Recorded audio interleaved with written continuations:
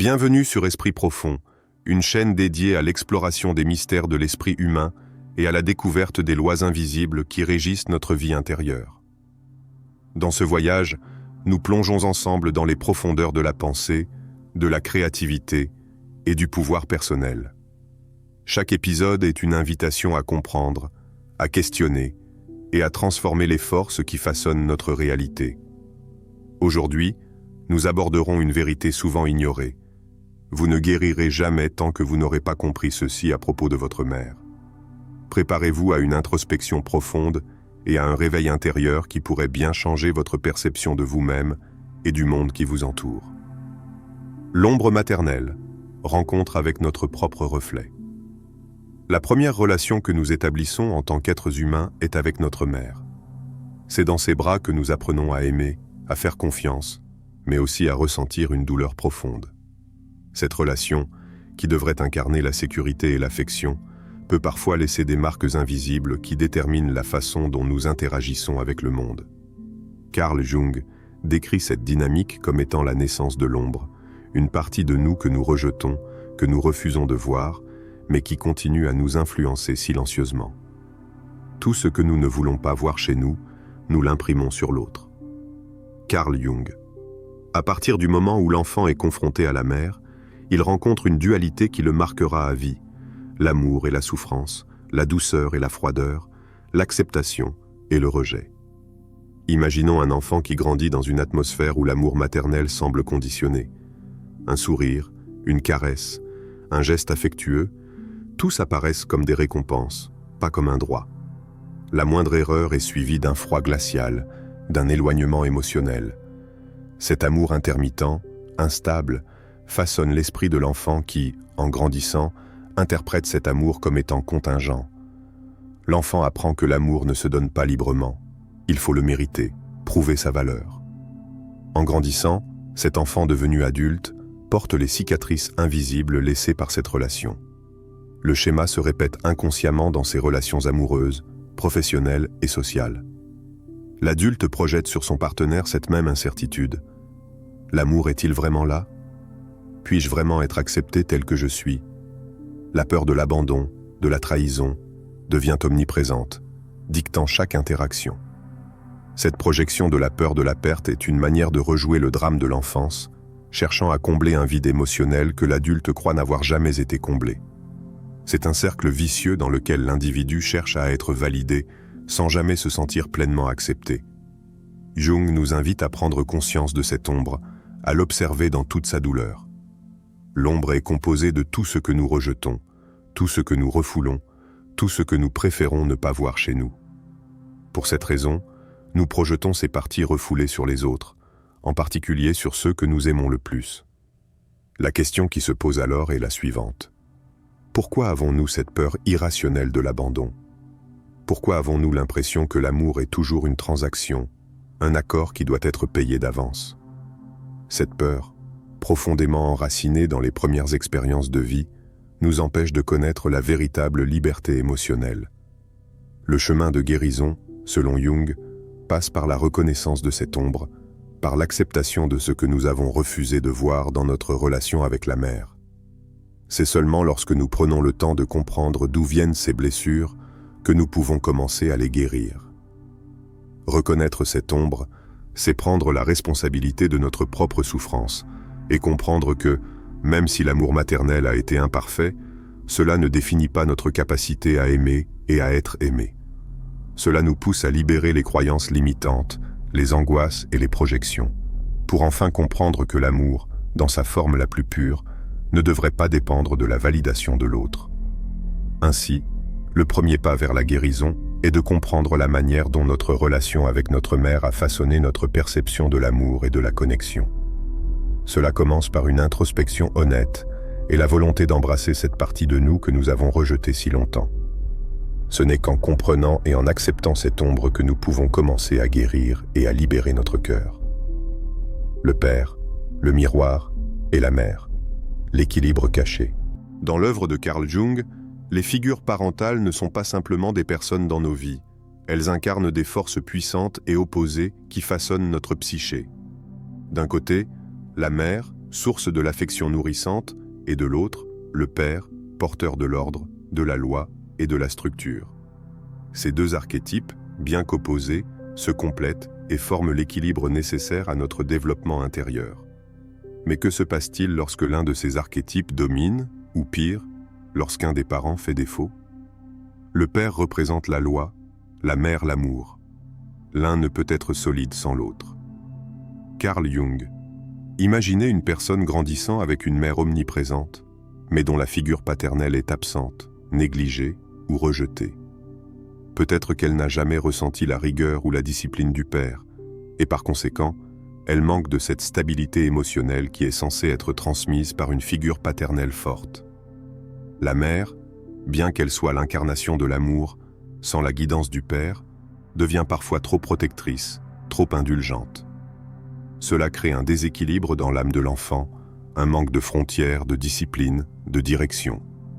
Ce déficit de structure devient un fardeau dans l'adolescence et l'âge adulte.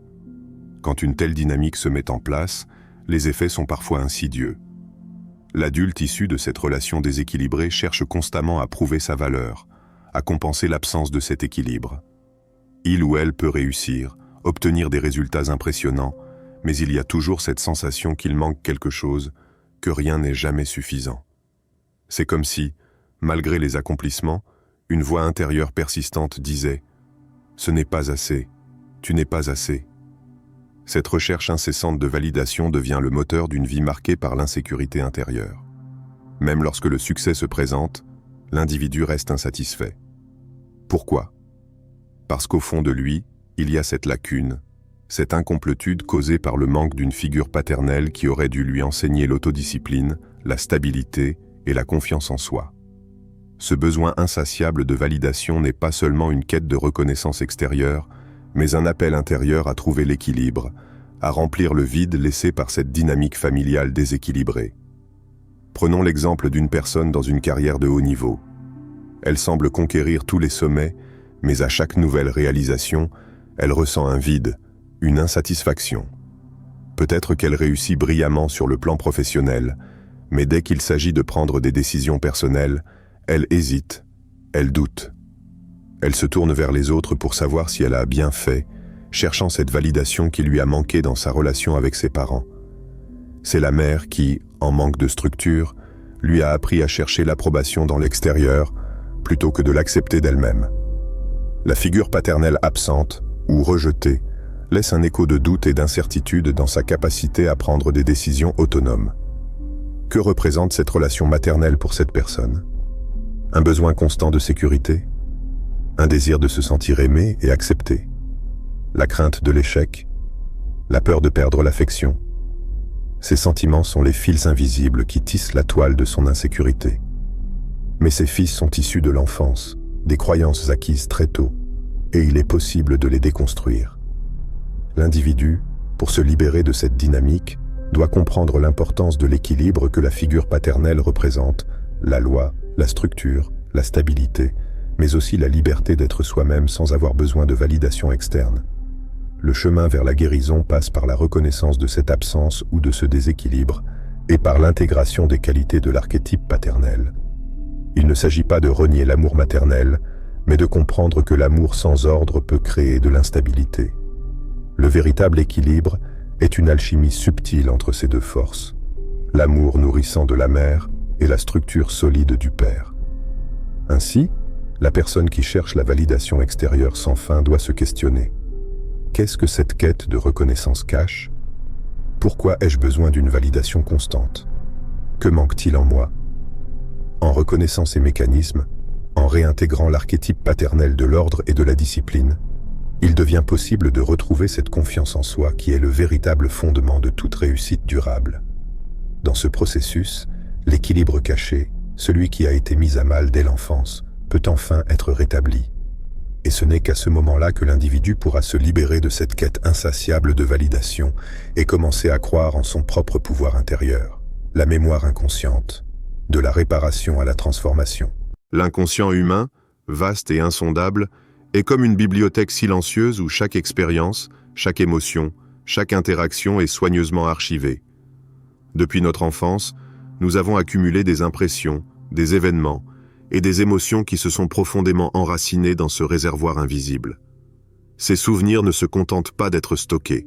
Ils influencent constamment nos pensées, nos actions et nos réactions, souvent sans que nous en ayons pleinement conscience. C'est là que réside la clé de la guérison. Comprendre que les blessures de l'enfance ne sont pas seulement des cicatrices superficielles, mais des empreintes profondes inscrites dans notre âme. La guérison n'est pas une simple réparation, mais une transformation intérieure radicale. Carl Jung. Tout comme une pièce d'art inachevée, l'âme humaine porte en elle les traces de ce qui n'a pas été compris, des peines non résolues, des douleurs refoulées. Parmi les influences les plus marquantes de notre existence, celle de la mère occupe une place centrale. Chaque mot prononcé, chaque geste, chaque regard de sa part est comme une graine semée dans notre inconscient. Certaines de ces graines ont germé dans un sol fertile de bienveillance et d'amour.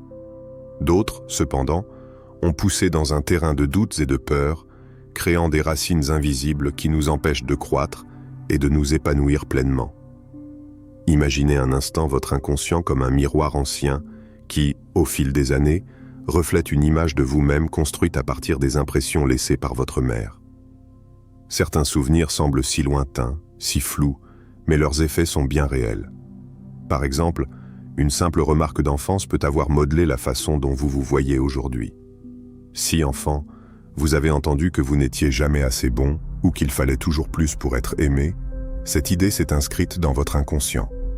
Ce message n'a pas seulement été entendu, il a été intégré comme une vérité profonde sur vous-même. À l'âge adulte, ces vérités invisibles se manifestent de manière subtile mais percutante. Vous vous retrouvez peut-être à fuir l'intimité, à vous protéger par la distance, ou à rejeter l'amour, car vous avez intégré l'idée que l'amour ne peut être pleinement donné sans condition. Cette peur, la peur de l'abandon, de l'incompréhension, du rejet, devient une partie de vous, vous guidant inconsciemment dans vos choix, vos relations et vos actions. Mais, comme Jung le suggère, guérir n'est pas simplement réparer ces blessures superficielles. Il s'agit de transformer ce qui a été inscrit en nous et d'en sortir renouvelé, libéré de ces chaînes invisibles. La guérison véritable commence par la reconnaissance de ces empreintes et la volonté de les comprendre. Il devient essentiel de revisiter les souvenirs d'enfance, non pas avec l'intention de ressasser les douleurs, mais pour en tirer la sagesse nécessaire à votre transformation. Chaque souvenir, chaque expérience difficile, cache une leçon qu'il vous faut intégrer pour pouvoir avancer. Ces blessures du passé ne doivent pas être oubliées, elles doivent être comprises, acceptées et transformées. Car en les reconnaissant, vous commencez à prendre conscience des modèles qui se sont formés, des croyances qui vous ont été imposées, des comportements qui se sont répétés sans que vous en ayez conscience. Avez-vous déjà ressenti que certains comportements ou peurs réapparaissent comme des fantômes du passé, sans raison apparente? Peut-être avez-vous des difficultés à accepter l'amour ou à faire confiance pleinement, même lorsque vous êtes entouré d'affection. Que vous dit votre inconscient à ce sujet? Quelle blessure non résolue essaie encore de diriger vos actions et de colorer vos perceptions? Peut-être que cette incapacité à laisser l'amour entrer est en réalité un mécanisme de défense hérité de la peur d'être rejeté, de la peur de ne jamais être assez bon pour ceux que vous aimez. L'objectif ici n'est pas de rejeter ces peurs, mais de les comprendre. Quand vous commencez à identifier et à démystifier les croyances inconscientes que vous portez, la transformation commence. La guérison ne vient pas uniquement par l'introspection ou l'analyse intellectuelle, mais par un acte de réconciliation avec soi-même, un acte d'intégration des parts de vous qui ont été ignorées, niées ou oubliées. Le processus de transformation est un chemin long, mais profond. Il nécessite un courage immense, celui de regarder la douleur en face et de l'accepter comme une partie intégrante de votre histoire. En transformant la mémoire inconsciente, vous ne réparez pas simplement les dégâts, vous vous réinventez, vous refaites l'image que vous avez de vous-même. Vous devenez une version plus forte, plus complète de vous-même, capable de créer des relations saines, d'accepter l'amour sans condition et de vivre en harmonie avec votre propre pouvoir intérieur. La guérison active, reprendre le pouvoir sur sa vie. La guérison n'est pas un simple état passif dans lequel on attend que le temps efface les blessures. Ce n'est pas non plus un acte intellectuel où l'on se contente de réfléchir aux douleurs du passé. La guérison exige une action, un engagement actif de l'esprit et du cœur pour transformer la douleur en une énergie créatrice. Le processus de guérison, selon Carl Jung, implique un choix conscient, celui de se libérer des chaînes invisibles du passé pour prendre en main la direction de notre avenir. Cela demande du courage, de la persévérance et surtout une volonté de se libérer des schémas qui nous emprisonnent. Le seul moyen de guérir est de faire face à ce qui est enfoui dans les profondeurs de votre être. Carl Jung. La guérison, en ce sens, devient une pratique. Un processus dans lequel chaque pensée négative, chaque souvenir douloureux, chaque sentiment de rejet est confronté et transformé. Imaginez cela comme un acte de réécriture de votre propre histoire. Vous pouvez décider, aujourd'hui, que chaque pensée qui surgit dans votre esprit et qui vous limite, chaque pensée qui vous ramène à un passé douloureux, peut être remplacée par une autre, plus positive, plus libératrice. Ce n'est pas facile, ce n'est pas rapide, mais c'est un choix quotidien, une discipline intérieure qui, peu à peu, modifie le paysage de votre âme. Il est essentiel de remettre en question les croyances limitantes que vous avez intériorisées tout au long de votre vie. Ces croyances sont des héritages invisibles, souvent transmis par votre environnement, par vos expériences passées, et surtout par des figures d'autorité qui vous ont façonné, qu'elles soient parentales ou sociales. Mais aujourd'hui, ces croyances ne vous servent plus. Elles ne vous définissent plus, à moins que vous ne les laissiez continuer à le faire. La question est donc, êtes-vous prêt à remettre en cause ce que vous avez toujours cru être vrai sur vous-même ? Jung nous enseigne que la transformation passe par la conscientisation. Il s'agit de prendre pleinement conscience de vos pensées et de vos émotions, de les observer sans jugement et de décider consciemment comment y répondre. Ce processus de guérison nécessite une audace profonde, une foi inébranlable dans votre propre pouvoir personnel. Chaque pensée, chaque émotion qui surgit dans votre esprit peut devenir un outil de transformation. En transformant une pensée négative en une pensée positive, vous initiez une rupture avec le passé. En visualisant régulièrement la meilleure version de vous-même, vous programmez votre esprit à évoluer vers cette version. Mais au-delà de la simple action mentale, la guérison active implique une mise en pratique concrète de cette transformation intérieure. Il s'agit de chaque petit acte de bienveillance envers vous-même.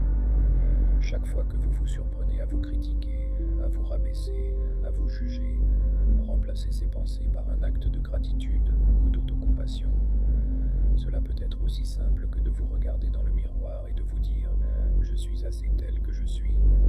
Ces actes, aussi petits soient-ils, ont le pouvoir de réécrire les programmes internes de votre inconscient. Que feriez-vous si vous étiez libre de vos peurs ? Si vous n'aviez plus besoin de chercher constamment l'approbation des autres ? Si vous n'étiez plus esclave des attentes des autres ? Si vous pouviez enfin vous libérer de la peur de l'échec et du rejet ? Cette liberté, cette autonomie émotionnelle et mentale n'est pas une utopie. Elle est possible. Elle commence dès que vous décidez de prendre en main la direction de votre vie. Elle commence dès que vous choisissez de guérir, non pas passivement, mais activement, en prenant chaque jour des mesures concrètes pour changer votre perception de vous-même et du monde qui vous entoure. Imaginez cela. Vous devenez la meilleure version de vous-même, une version pleinement consciente de son pouvoir intérieur, de sa valeur et de ses capacités. Chaque morceau de votre âme qui avait été emprisonné par des croyances limitantes, par des peurs anciennes, par des jugements ou des attentes, est maintenant libéré. Vous n'êtes plus un spectateur passif de votre vie, mais un acteur actif qui crée sa réalité, qui décide de sa trajectoire. Vous êtes enfin libre de marcher sur le chemin de votre propre vérité, fort de l'expérience et de la sagesse acquise lors de ce processus de guérison active. Cette transformation exige un engagement total, un désir ardent de briser les chaînes invisibles du passé. Mais la question essentielle est, êtes-vous prêt à agir ainsi ? Êtes-vous prêt à faire face à vos peurs et à les surmonter ? Êtes-vous prêt à choisir la guérison chaque jour, à prendre des mesures concrètes pour libérer votre potentiel et transformer votre vie ? Si oui, alors vous êtes déjà en train de guérir. Et cette guérison active deviendra la force motrice de votre évolution personnelle, du chaos intérieur vers l'équilibre et la puissance retrouvée. En plongeant dans les profondeurs de notre être, nous avons découvert que la guérison véritable ne réside pas uniquement dans la réparation des blessures du passé, mais dans la transformation consciente de notre réalité intérieure.